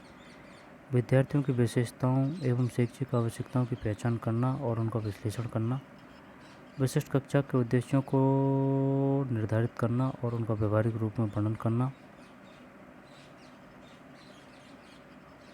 निर्देश की विषय वस्तु का विश्लेषण करना और इसे उचित क्रम में व्यवस्थित करना, उपलब्ध शिक्षण अधिगम सामग्री और संसाधनों की पहचान करना, विशिष्ट कक्षा के उद्देश्यों को प्राप्त करने हेतु शिक्षण रणनीतियों की योजना बनाना और मानव भौतिक संसाधनों का उपयोग करना।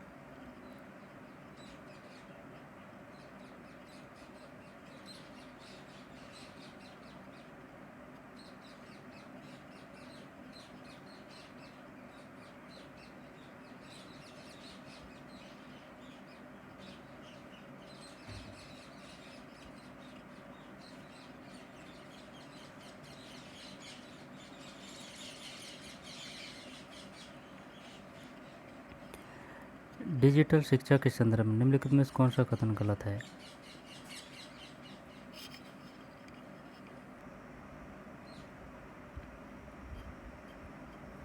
एक प्राथमिक शिक्षक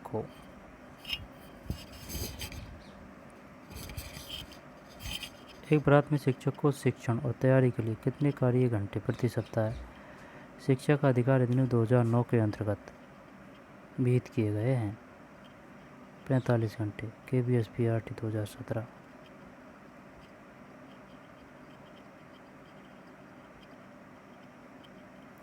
शिक्षा का अधिकार RT अधिनियम ने शिक्षकों के लिए प्रति सप्ताह न्यूनतम कार्य के लिए 45 घंटे निर्धारित किए हैं, जिसमें तैयारी के घंटे भी शामिल है। लर्निंग विदाउट बर्डन के नाम से प्रकाशित एक समिति के प्रतिवेदन के लेखक थे।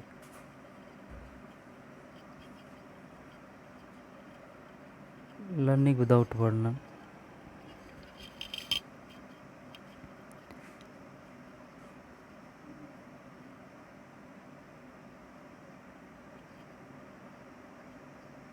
चलिए सवाल करते हैं। सही है। लर्निंग विदाउट बर्डन के नाम से प्रकाशित एक समिति के प्रतिवेदन के लेखक थे यशपाल द्वारा लर्निंग विदाउट बर्डन शीर्षक समिति की रिपोर्ट को लिखा गया था। 1993 में मानव संसाधन विकास मंत्रालय MHRD भारत सरकार ने एक राष्ट्रीय सलाहकार समिति का गठन किया। कब? 1993 में, जिसमें स्कूली बच्चों को पछाड़ने के मुद्दे पर जाना था। लर्निंग विदाउट बर्डन नामक समिति की रिपोर्ट को अब भारतीय शिक्षा में एक मौलिक दस्तावेज माना जाता है। इस समिति के अध्यक्ष यशपाल थे।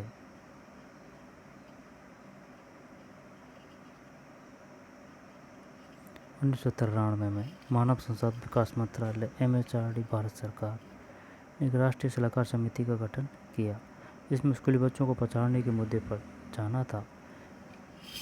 लर्निंग विदाउट बर्डन नामक समिति की रिपोर्ट को अब भारतीय शिक्षा में एक मौलिक दस्तावेज माना जाता है। इस समिति के अध्यक्ष यशपाल थे।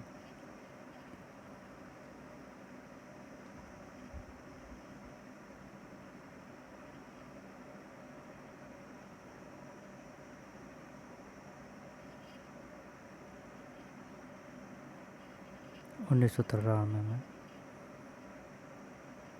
69%। ऑपरेशन ब्लैक बोर्ड को निम्नलिखित में से किसकी अनुशंसाओं की अनुवर्ती कार्रवाई के रूप में प्रारंभ किया गया था?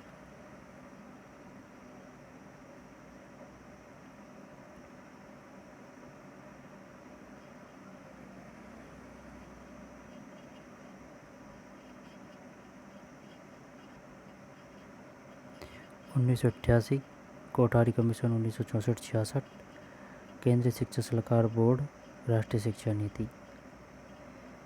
जब ऑपरेशन ब्लैक बोर्ड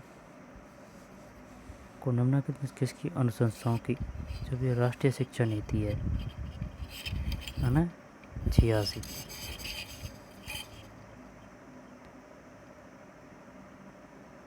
सही है।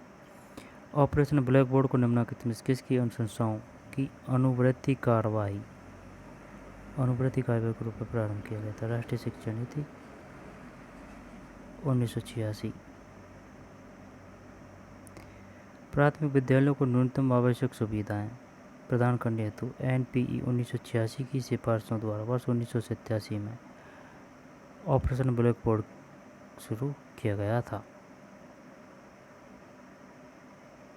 NPE 1986 की सिफारिशों द्वारा वर्ष 1987 में ऑपरेशन ब्लैक बोर्ड शुरू किया गया था।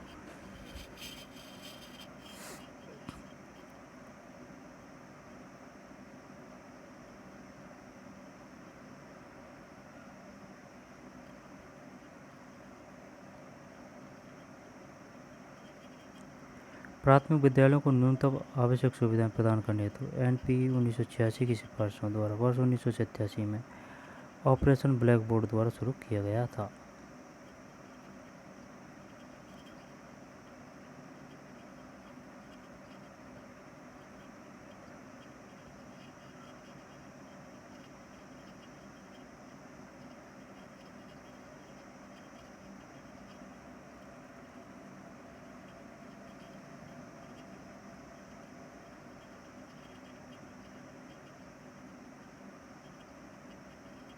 राष्ट्रीय शिक्षा नीति 1986।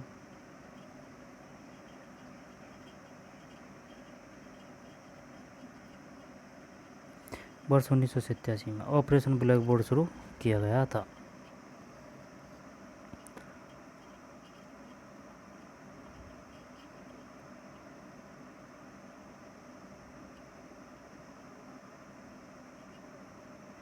प्रभावी संप्रेषण को प्रोत्साहित करने के लिए सर्वाधिक महत्वपूर्ण कौशल कौन सा है?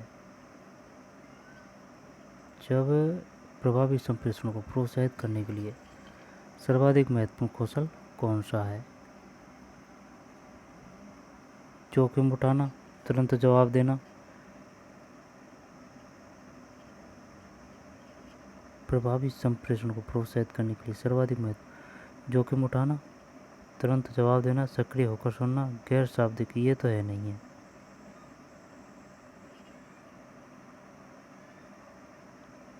जब सक्रिय होकर सुनना ये आएगा या फिर तुरंत जवाब देना आएगा। चल भी करते हैं, सक्रिय होकर सुनना। सक्रिय रूप से सुनने को प्रभावी संवाद की नींव माना जाता है। इसमें कोई अधिगमकर्ता अपने समझ कौशल को बढ़ाता है, दी गई जानकारी को समझने की कोशिश करता है, उसका जवाब देता है। सक्रिय रूप से सुनने को प्रभावी संवाद की नींव माना जाता है। इसमें कोई अधिगमकर्ता अपनी समझ कौशल को बढ़ाता है, दी गई जानकारी को समझने की कोशिश करता है, उसका जवाब देता है। राष्ट्रीय पाठचर्या की रूपरेखा 2005 के अनुसार निम्नलिखित में से कौन सा प्रमुख बदलाव नहीं है? अध्यापक केंद्रित से अध्येता केंद्रित की ओर, अध्येता स्वायत्तता से अध्यापक अभिदशा की ओर, निष्क्रिय से सक्रिय अधिग्रहण की ओर, कक्षी 4 दीवारी में अधिगम से विस्तृत सामाजिक परिप्रेक्ष्य की ओर। अध्यापक केंद्रित से अध्येता केंद्रित की ओर, चलो ये मान लिया ना, ये हो सकता है। अध्येता स्वायत्तता से अध्यापक अभिदशा की ओर। अध्येता स्वायत्तता से अध्यापक अभिदशा की ओर, पता नहीं यार। निष्क्रिय से सक्रिय अधिगम अधिग्रहण की ओर, चल ठीक है, ये भी मान ली। कक्षा कक्ष की चार दीवारी से अधिगम से विस्तृत सामाजिक परिप्रेक्ष्य की ओर।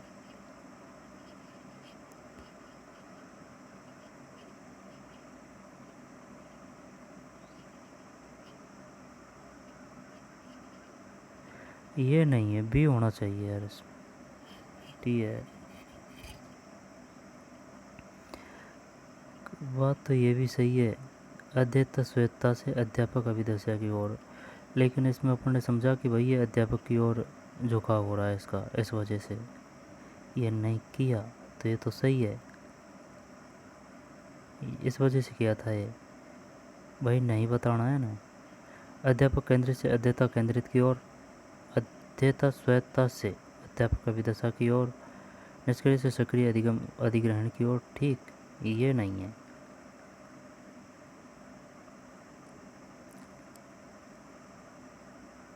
दो 2005 के अनुसार है, एनसीएफ 2005 के अनुसार व्यापक सामाजिक संदर्भ में सीखने के लिए कक्षा की चार दीवारों के भीतर सीखना एक बड़ा बदलाव नहीं है। यह कक्षा के व्यापक सामाजिक संदर्भ में सीखने के पक्ष में है।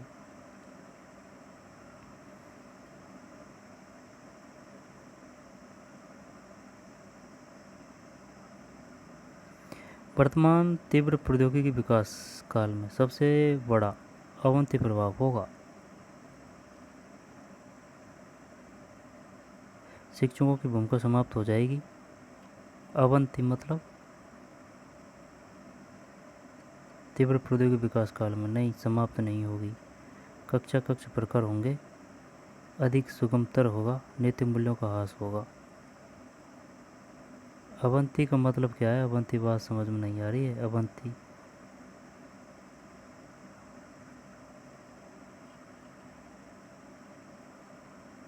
कक्षा कक्ष प्रखर होंगे, शानदार क्वेश्चन है ना। शिक्षकों की भूमिका समाप्त होगी, इतना टाइम और नहीं होता है वहाँ, सट सट यानी तुरंत करना होता है। अधिगम सुगमतर होगा, नैतिक मूल्यों का ह्रास होगा।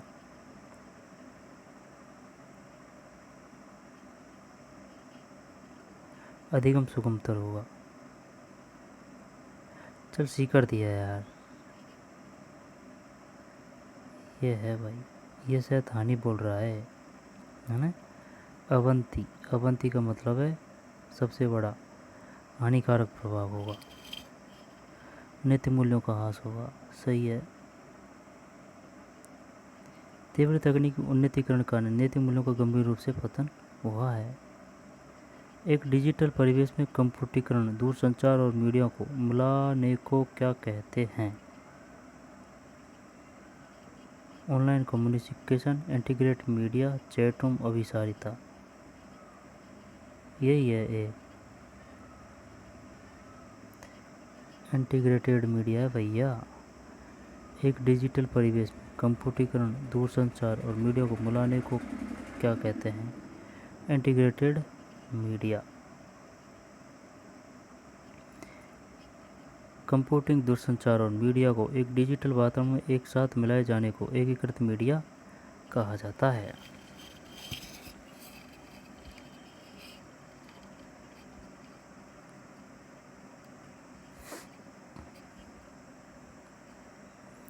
एक डिजिटल परिवेश में कंप्यूटरीकरण,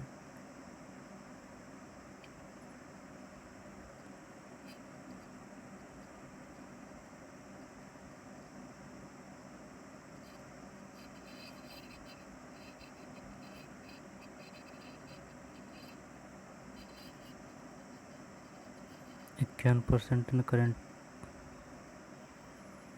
ये इंटीग्रेटेड ने कंफ्यूज कर दिया बस, और कोई बात नहीं है। शिक्षण प्रौद्योगिकी का कौन सा चरण शिक्षक को अपने छात्रों के साथ बने रहने हेतु शिक्षण यात्रा के विवरण की योजना बनाने में मदद करता है?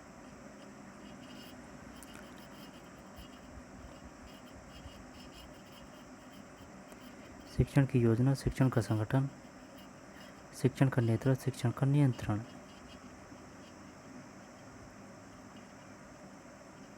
योजना,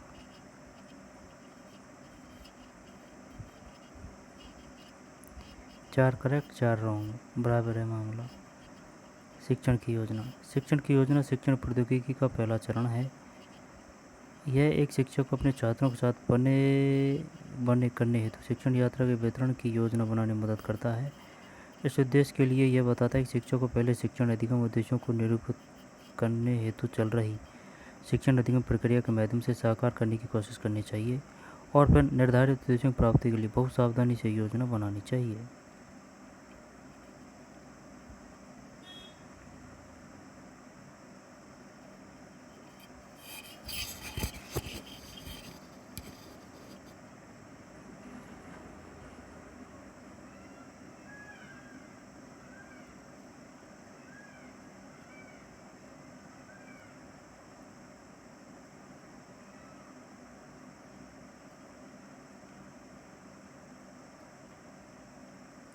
इनमें से कौन सा शैक्षिक प्रौद्योगिकी का प्रारूप नहीं है?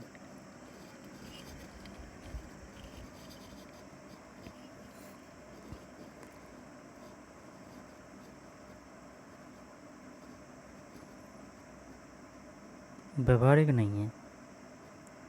शिक्षण मान ली, अधिगम मान ली, अनुदेशात्मक मान ली, व्यवहारिक करते हैं। चल,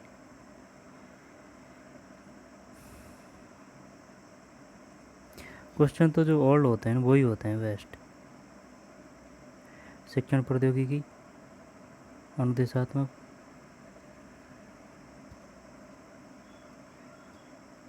शैक्षिक प्रौद्योगिकी प्रारूप है। शैक्षिक प्रौद्योगिकी, अनुदेशित प्रौद्योगिकी, व्यवहारिक प्रौद्योगिकी, निर्देशात्मक डिजाइन प्रौद्योगिकी।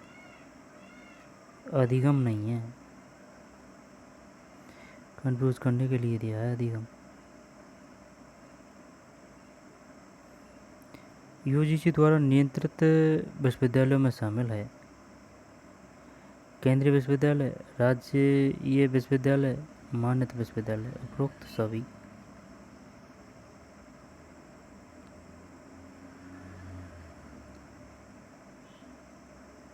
केंद्रीय, राज्य, मान्यता। यूजीसी द्वारा नियंत्रित विश्वविद्यालयों में शामिल है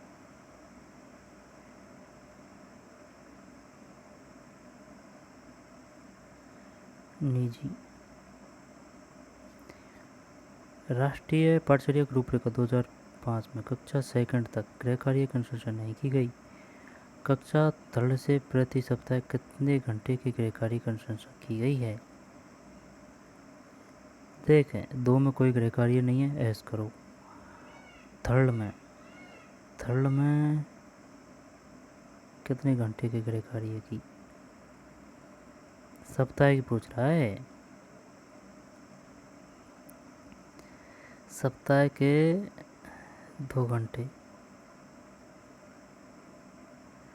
2 करें क्या? चल देखते हैं, 2 सही है।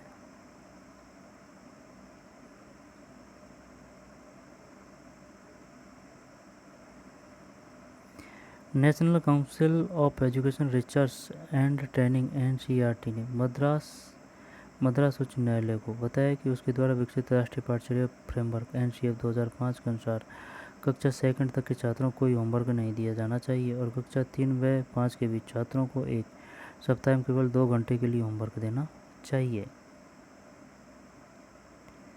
ठीक, राष्ट्रीय पाठ्यचर्या की रूपरेखा 2005 में कक्षा 2 गृह कार्य की अनुशंसा नहीं की गई। कक्षा थर्ड से प्रति सप्ताह कितने घंटे गृह कार्य की अनुशंसा की है?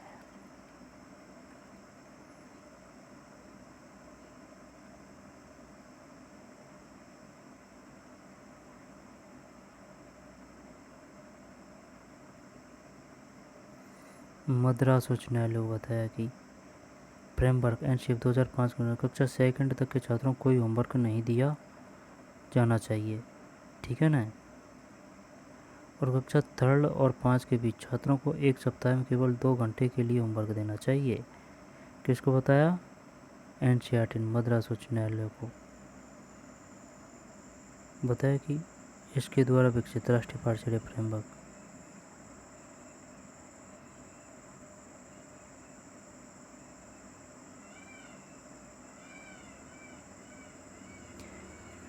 यदि कूट निम्न प्रकार दिए गए हैं: ज्ञान, समझ, अनुप्रयोग, विश्लेषण, संश्लेषण, मूल्यांकन। मूल्यांकन सबसे लास्ट में आएगा। एफ सी कर देते हैं, हटा।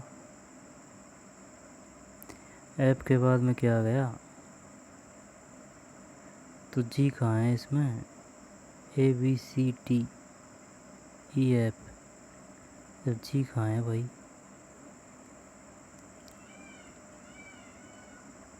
ए बी सी डी, तो जी तो है ही नहीं इस ऑप्शन में। देख, A B C D E F, A B C D, A B C D.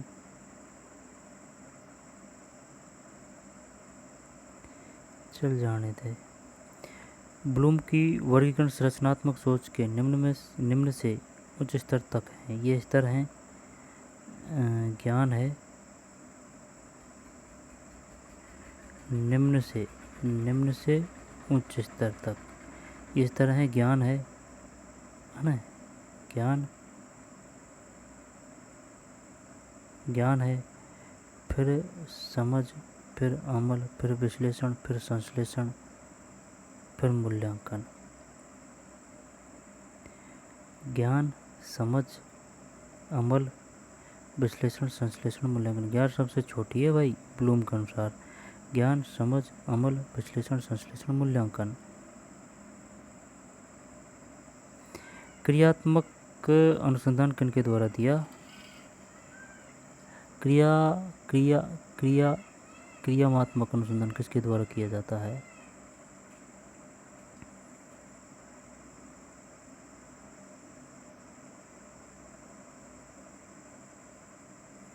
यही है, डी है, सही है।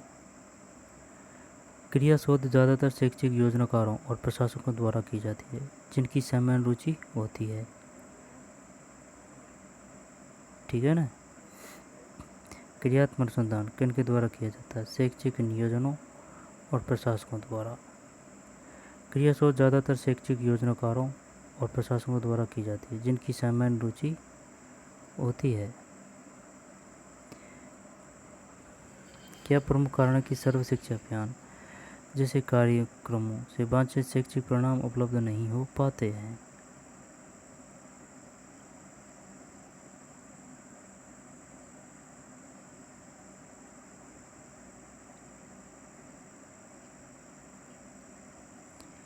क्या प्रमुख कारण है कि सर्व शिक्षा अभियान जैसे कार्यक्रमों से वांछित शैक्षिक परिणाम उपलब्ध नहीं हो पाते हैं? शिक्षक कम संख्या में, ये भी सही है। निरीक्षण और पर्यवेक्षण कमजोर है। गुणवत्ता के आयामों का उचित अनुवीक्षण नहीं हो रहा है। बच्चे अभावग्रस्त परिवेश से आते हैं। यार भाई सब क्वेश्चन तो शानदार है, जोरदार।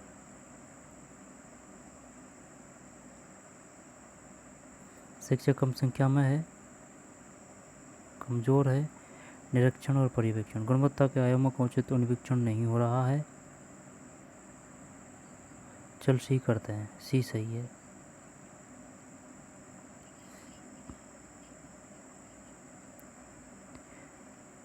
ऐच्छिक शैक्षणिक परिणाम प्राप्त नहीं कर पाने के पीछे मुख्य कारण यह कि गुणवत्ता क्षेत्रों का उचित ढंग से ध्यान नहीं रखा गया। गुणवत्ता क्षेत्रों का उचित ढंग से ध्यान नहीं रखा गया।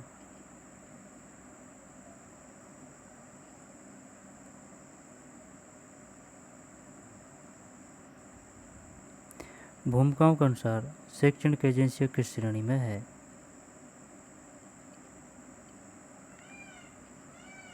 सक्रिय, निष्क्रिय, ए बी दोनों।